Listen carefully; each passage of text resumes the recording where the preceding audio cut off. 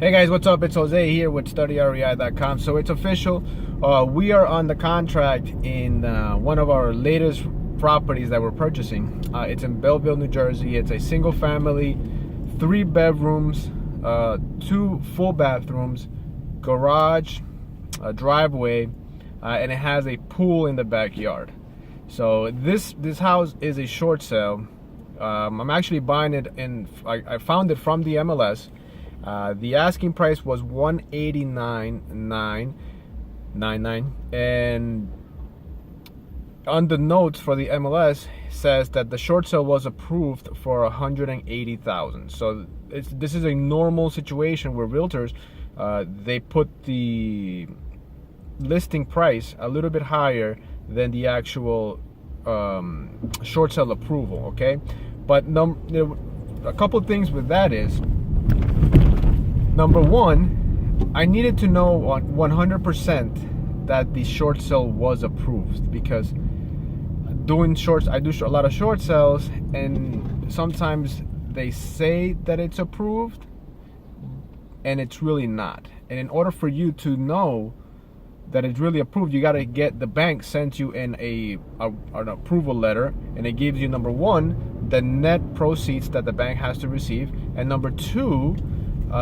the closing date where that approval is good for. So I made the offer contingent to the approval being 180, and also getting that approval in writing, so that way I can have it and be 100% certain about that. So that was taken care of. Then I also knew in this particular house this is number two, that the house has a bunch of violations, and if you are aware, you need when you buy a house, you need to have a continuing occupancy in order for the house to be occupied or habitable, right? In order for you to get a continuing occupancy, you have to call the city. Wherever you're buying the house, they're going to come to the house.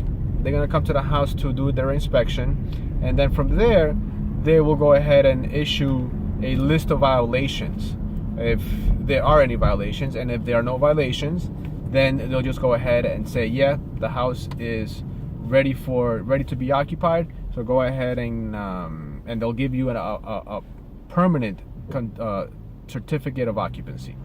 When there are violations in the house, however, they're not going to give you a permanent. They can still let you buy the house with a temporary continuing occupancy, pending that you abate all those problems in the violations list. So in this house, they did a bunch of work without using permits. Okay, so I'll give you an example. They tried to do a deck in the backyard without a permit, so the city shut them down.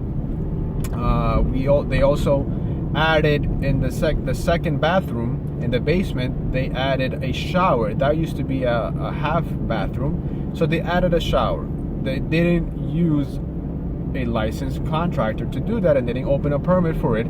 So now the city needs us to go ahead and open up a permit, get the inspection, and then close the permit. So there are a bunch of things in this house like that.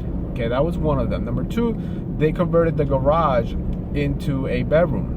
According to the city code, you cannot use the garage as a bedroom. So now that has to be converted back into a garage. So the moral of the story is, there's a bunch of things that now we have to repair in order for us to get a continuing occupancy. Okay, so the moral of the story is, make sure in your due diligence, because every deal is different, right? That you know ahead of time what those violations are. That's very, very important. Those violations are going to determine whether you're getting a good deal or not. And that's where we are right now. We're in the evaluation process of determining how much all those things are going to cost us. We still have a good deal, but we're running the final numbers on that. My business partner today, we were just in the house and running through the property and the things that need to get repaired.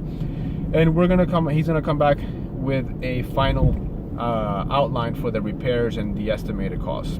So from there, we're gonna make our final decision on moving forward with this deal or not.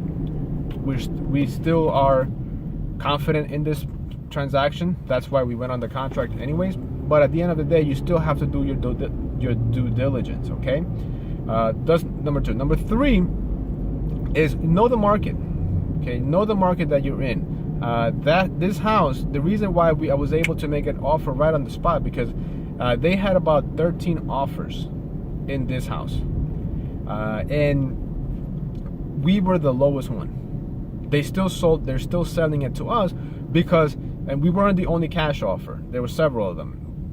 But the reason why they're selling to us was because I was able to build rapport with the realtor. She's